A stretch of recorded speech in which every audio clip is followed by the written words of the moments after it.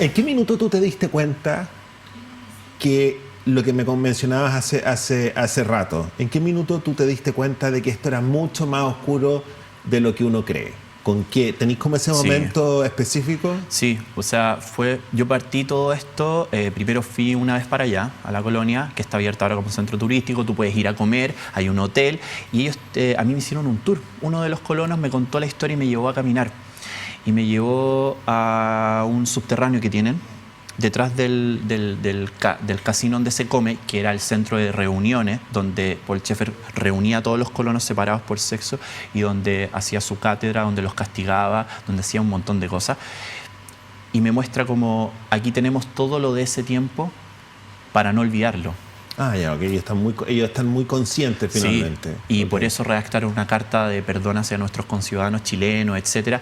Y hay gente que estuvo cerca de Paul Schaeffer, que todavía está ahí, que de alguna forma quiere olvidarlo. Otros que fueron a Alemania y tuvieron que volver porque vivieron aislados del mundo durante mucho tiempo. Entonces salen y muchos de ellos al inicio no sabían siquiera que existía el dinero ni cosas así. No, sí, de hecho como que muchos de ellos no sabían que no había que trabajar de domingo a domingo. Eso a mí me pareció impresionante. No cachaban que existían los días de descanso. ¿Qué información? ¿Hay información suficiente sobre los abusos a menores de edad? ¿Qué era lo que hacía Paul Schaeffer con los menores de edad? Porque tu película está contada desde la perspectiva de los niños, ¿no? Sí, entonces, como te quería contar, lo que me llamó la atención en esto fue que tenían, y que está conectado con el tema de los niños, por ejemplo, árboles que eran de ambientación, de escenografía, con hoyos donde adentro habían cámaras, piedras con sensores de movimiento, los barrotes de las rejas que rodeaban todo el predio tenían hoyos con conexiones eléctricas para cámara. Súper moderno. Sí, ellos tuvieron una central de edición de video, tenían cámaras. ¿Por qué? Porque Paul Schaeffer de alguna forma trabajaba como un director de orquesta, como si fuera un director de teatro. Convencía a las personas por la investigación que hice a través de presentarte lo que te quería convencer. Por ejemplo, hay un registro de que él mató, entre comillas, al viejo pascuero delante de los niños para que se acabaran las navidades. Entonces, había una persona vestida de viejo pascuero que iba en un bote y los niños en el río vieron que el bote se dio vuelta, pero en realidad lo dio vuelta una persona. Todo era una farsa, una puesta en escena para que los niños se dieran cuenta de que había muerto el viejo pascuero. ¿Y esto él lo hacía a través de películas y se las mostraba a los niños? En vivo. ¿Y para qué eran las cámaras entonces? Las cámaras filmaban a los niños jugando, a la enfermera atendiendo a personas, y esos videos se conformaban en ediciones que él enviaba al extranjero. Acabo de una vez mi abuelo, para convencer a las personas. Mi abuelo, que en paz descanse, me dijo: ¿me puedes poner este VHS, por favor, en la época de los VHS? Y yo le pongo el VHS y empieza así como: nuestra historia no ha sido contada. Somos los colonos de Colonia Dignidad. Y yo así como: y abuelo, chao. Como que tenías razón, tenían sus videos de propaganda súper heavy. Completamente, y eso lo enviaban a la embajada de Alemania. Alemania mismo, cuando Amnistía Internacional lanzó el primer reportaje acusando a la colonia, ellos empezaron inmediatamente a hacer como contra a eso, mandando estos videos y lavando su imagen y diciendo que estaban mintiendo, que lo que pasaba adentro no era tal. Entonces, llegué al tema de los niños porque luego de ir a este lugar, leí un libro que lo escribió Jero Gembala, que es un periodista que ya falleció, y él fue en los años 80 a Colonia Dignidad, fue uno de los pocos periodistas que entró cuando la red de protección no solo era alrededor del predio, sino que era a través de Pinochet y toda la plana mayor de la dictadura. Y los canales de televisión, todos. Todos. Absolutamente todos. Entonces, en la época, ¿sabes qué? Había una frase que nunca se me ha olvidado. La colonia comenzó en 1961 cuando llegó Paul Schaeffer y armó junto a los primeros colonos este lugar que en un inicio se proponía para entregar ayuda, para formar a las personas, para educación. Y los periodistas de la época le decían a la colonia el milagro alemán del sur de Chile. Yo soy Gustavo Barría, el abogado de Manuel Larrea.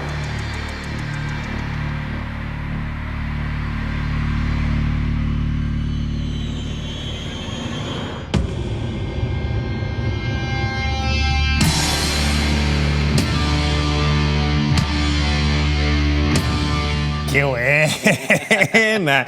Y la frase, hay un 5% de chilenos que nunca irá a la cárcel, me encantó. Claro. Ahora, el personaje principal, si lo ponemos en paralelo con el caso de Martín Larraín, el personaje principal no es Martín Larraín, sino que es el amigo, finalmente. Este amigo va a la policía a declarar. Claro, lo que pasa es que, a ver, la película es una ficción sobre algo que es como que todos sabemos de qué estamos hablando, más o menos a qué caso hace referencia, pero no es el caso literal por un motivo que tiene que ver, para mí era como que el caso real está en los medios, está en la prensa, está abierto a cualquiera, está en el caso, en la carpeta, y en cambio lo que no estaba y lo que sí me interesaba mucho era como especular respecto a lo que pasa por atrás.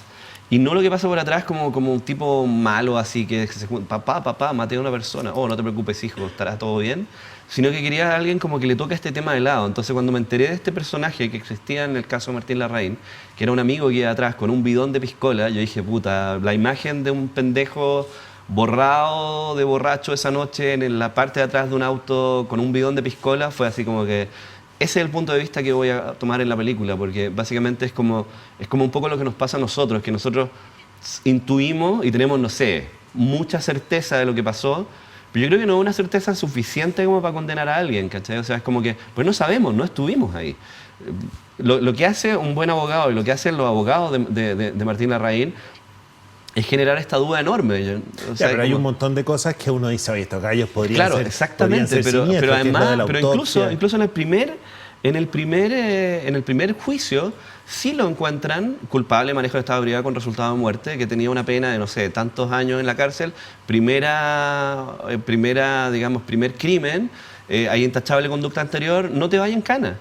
Y entonces eso fue, o sea, con la ley antigua, antes de la ley Emilia, tú no te ibas preso por matar a alguien curado en tu auto.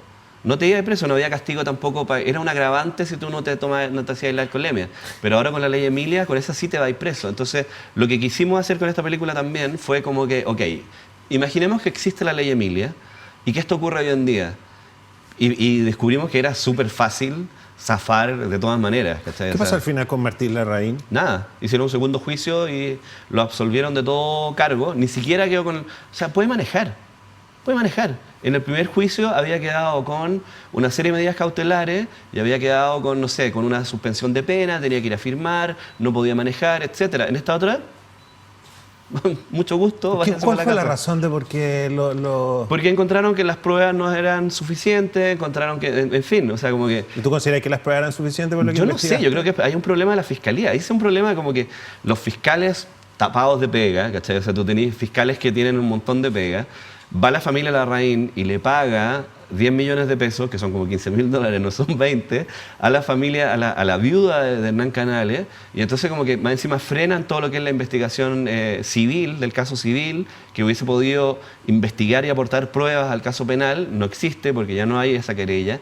Entonces como que facilitan todo. Es que lo que pasa es que yo creo que es importante, y lo que plantea la película, es que en Chile si tú tienes plata, tú no necesitas... corromper a gente con un maletín de billetes como, no sé, pues como en Relato Salvaje.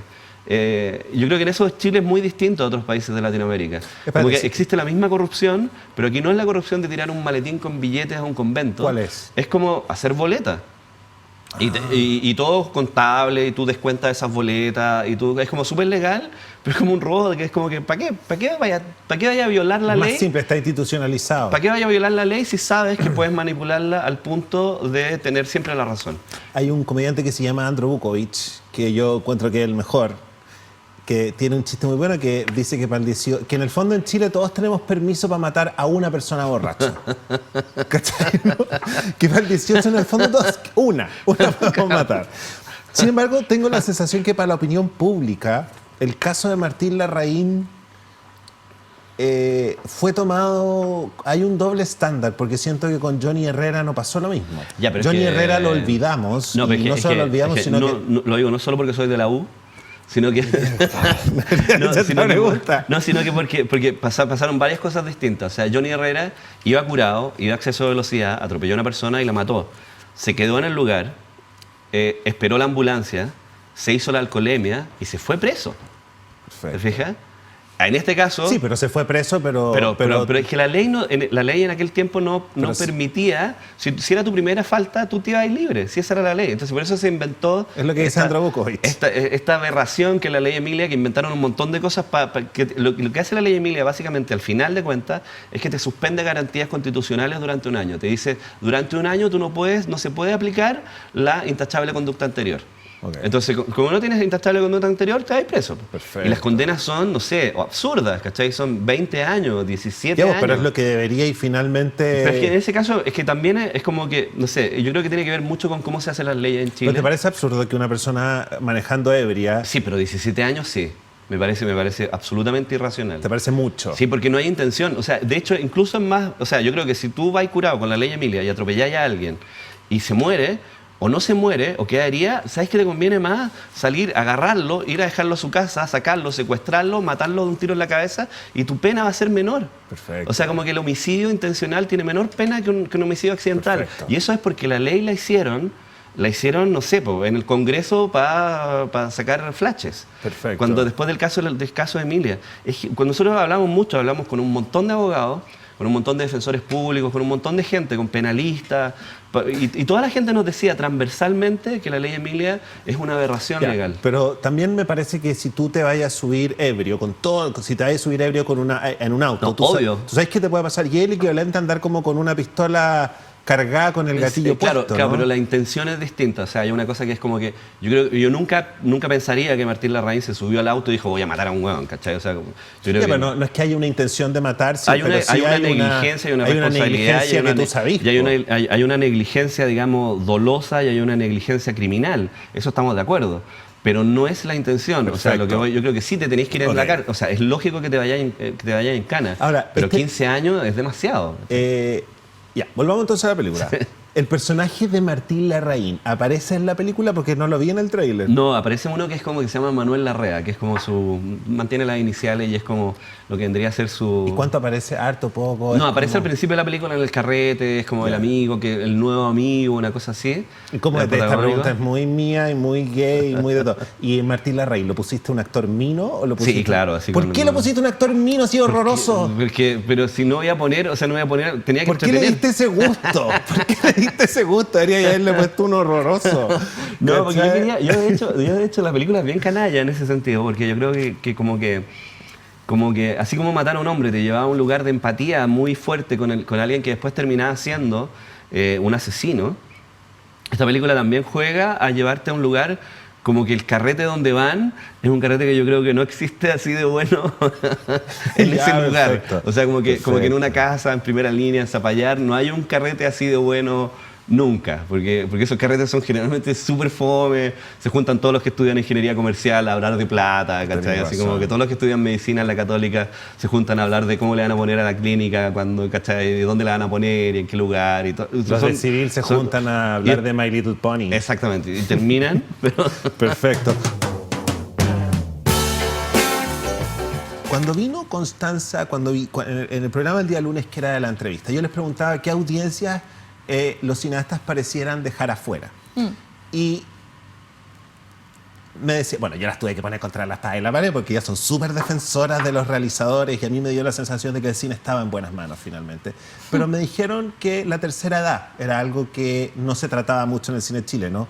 Y es algo que tiene que ver con tu trabajo, porque no solo está la ONCE, sino que ahora estás participando en Sanfic con se llama microdocumental. Se llama cortometraje. Los Ok. cortometrajes son películas entre 1 minuto y 40 minutos y pueden ser de animación, de ficción o documental. Ya, perfecto. Que trata sobre una mujer que está en una casa de ancianos, como se Sí, dice. en un asilo, casa de reposo. En una casa sí. de reposo y ella tiene Alzheimer y todos los días se despierta pensando que es su primer día, ¿no? Sí, es como El Día de la Marmota, esa película de ficción. ¿Por qué en un minuto donde como que el cine chileno es hipster en su mejor acepción de la palabra, es cuando uno dice, el cine chileno es la patada, cuando el cine chileno es súper hondero, ¿cachai? Y le sale bien. Tomar como a la tercera edad como objeto de estudio pareciera ser como tan poco sexy, ¿no? La idea finalmente. Sí, totalmente. No el resultado, sino que la idea. ¿Por qué ¿Por qué llegaste ahí? ¿Qué es lo que te llama la atención? Sí, por varias cosas. Yo creo que a mí me interesa filmar la realidad y filmar la realidad sin hacer entrevistas, como dejar que la realidad pase frente a la cámara. Y esto es complejo y tiene ciertos desafíos. Yo hablo de programar el azar. Yo soy una convencida de que la realidad es, porque me dicen, ¿cómo escribes el guión? Y yo digo, como mis guiones son iguales al resultado de la película. Entonces me dicen, ¿cómo sabes lo que va a pasar? Y yo creo que la realidad siempre se repite, que si uno mira los entornos, si yo voy a hacer una investigación un mes, cuando esté grabando va a pasar exactamente lo mismo, porque en la vida no nos pasan cosas muy extrañas. Entonces, ¿qué tengo que hacer yo para lograr que pasen cosas interesantes frente a la cámara? Es escoger personajes que estén en situaciones de conflicto o que estén en situaciones críticas. ¿Y qué me pasa a mí como documentalista? Es que siento que la tercera edad es un momento crítico lleno de contradicciones, porque, por ejemplo, en el caso de la 11 eran mujeres que están muy activas, felices, aprovechando la vida, pero igual están viviendo el último año o los últimos años, por lo tanto, es un terreno donde va a pasar algo frente a la cámara. Entonces, y en este caso, en el de Yo no soy de aquí, también estamos en un terreno donde son personajes enfrentados a situaciones extremas, y es la Josebe, que tiene Alzheimer y que cree que vive en el País Vasco, pero está en Chile y está todo el día peleando con la gente del asilo porque no le hablan en vasco y no se da cuenta por qué no está en Rentería, que es su pueblo natal. Pero, y creo que yo en el cine busco humor y emoción, y creo que en esas situaciones absurdas de la vida está lleno de comedia, y al mismo tiempo lo que está pasando es una tragedia, y me interesan esos matices que yo creo que se dan en la tercera edad, quizás más que en otras etapas de la vida. Oye, invitemos a la gente a ver el tráiler y seguimos hablando de Yo no soy de aquí. ¿Y usted de dónde es? ¿De qué parte? ¿Usted es vasco? No, yo soy de Temuco. Ah, de Temuco. Bueno, yo soy de Rentería, no sé si habrá oído hablar alguna vez. No. Donde hay fábrica de galletas y la papelera y todo eso. Pero si toda la península ibérica es española, ¿para qué está la película? Nosotros somos vascos y nadie nos quita que seamos vascos. ¿Mírale? Mire, si se cae, yo no lo voy a levantar. Ya le he dicho, usted tiene que estar quieta, como estoy yo.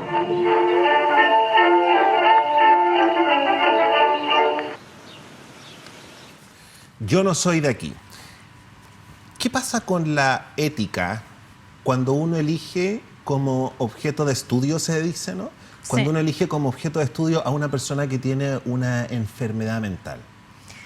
¿Cómo se trata? ¿Cómo uno...? Porque si tú me eliges como objeto de estudio a mí, hay un minuto donde yo te puedo decir, ya, pero para, porque... O hay una negociación.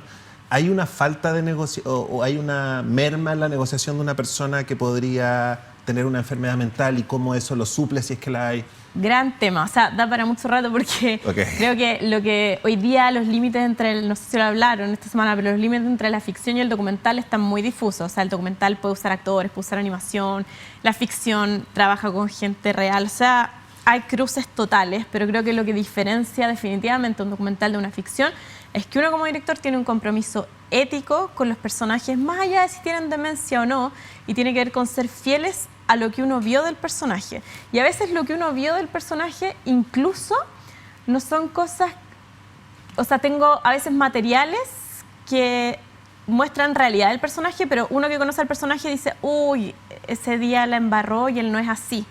Y puede tener una súper buena escena, no sé, por ejemplo, en mi primera película, El Salvavidas, a Mauricio, el protagonista, se le ahoga alguien en la playa. Y el día siguiente, después del ahogo, él estaba muy a la defensiva y como echándole la culpa a los ahogados, y se volvió un personaje totalmente insoportable, pero yo como directora sabía que era una reacción del día siguiente y que a las 2 semanas iba a vivir eso de otra manera. Por lo tanto, era una escena que uno dice, es buena, pero no la tengo que poner. Entonces, la ética tiene que ver con, a veces, con representar lo que uno conoce de los personajes, más allá incluso de lo que efectivamente pasó, porque uno dice, sí, efectivamente, él le está echando la culpa a otros ese día, pero no es él, o sea, no es lo que le va a pasar a él. Entonces, Eso es la ética. Con personajes más vulnerables, claramente, como en el caso de la José, bueno, de partida hay una serie de permisos que uno pide a los familiares, al hogar, porque no tendría sentido pedirle permiso a ella. Pero si uno trata de ver si se siente cómodo con la cámara o no, más allá de que ella no puede, o sea, si fuera un objeto que le molestaba, claramente era una película que no se podía hacer, pero ella disfrutaba y vivía su vida y no le molestaba en ese sentido la presencia de la cámara. Pero sí, hay una, o sea, es como una preocupación constante hasta dónde llegar o qué se puede hacer en ese límite. ¿Te has topado en situaciones donde, por ejemplo, no sabes qué hacer? Y si te ha pasado donde hay, quiénes son con quién, me imagino que tenés que conversar mucho con mucha gente, ¿no? Respecto de qué decisiones tomaron, ¿no? Es que a mí me pasa, yo paso tanto tiempo con los personajes que al final son como mi familia. Okay. Y uno los conoce muy bien y uno sabe perfecto hasta dónde puede llegar y dónde está el límite, pero a veces también como que hay tanta confianza, porque de verdad antes de grabar paso meses con ellos. Espera, es que disculpa que te cambie la pregunta, porque nos queda muy poco tiempo. Obvio. Ya, obvio, o sea, lo que tú me decís es como siempre y cuando hay una persona buena detrás, como me imagino que tú lo eres, pero una persona que no tiene ética... Es que eso nunca lo vamos a ver. Y eso es Pero te puede jugar en contra, te puede jugar en contra si no tenés ética, es como pan para hoy y hambre para mañana. Es que yo creo que sí, castigo? la ética tiene que ver con la empatía al final. Entonces, Okay. si no tienes empatía con los personajes, no vas a poder tener una buena película. Okay. Y si se están sintiendo pasados a llevar, no van a tener una confianza con la cámara y no van a generar nunca la intimidad que tú quieres. Y todos los personajes son distintos, porque en el caso de la José, por ejemplo, donde todos los días era un primer día, ella nunca se acostumbraba a mí. Yo todos los días me tenía que volver a presentar y decirle, estamos haciendo una película. Entonces yo nunca pude hacer lo que hago con mis otros personajes, de estar meses con ellos antes de grabar, porque era empezar de nuevo. Entonces, ¿qué decidimos?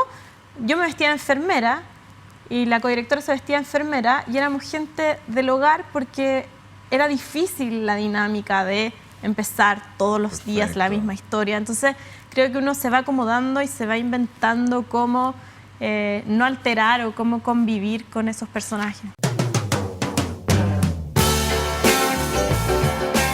Y esto fue un resumen de nuestra semana de directores. Es impresionante cómo el cine chileno ha cambiado. Yo te invito a que revises las entrevistas completas. Están en nuestra playlist de YouTube porque de verdad vas a pasar un muy buen rato. Y también te invito a que te metas, por ejemplo, a Cinépata, donde puedes ver películas gratis, chilenas e independientes.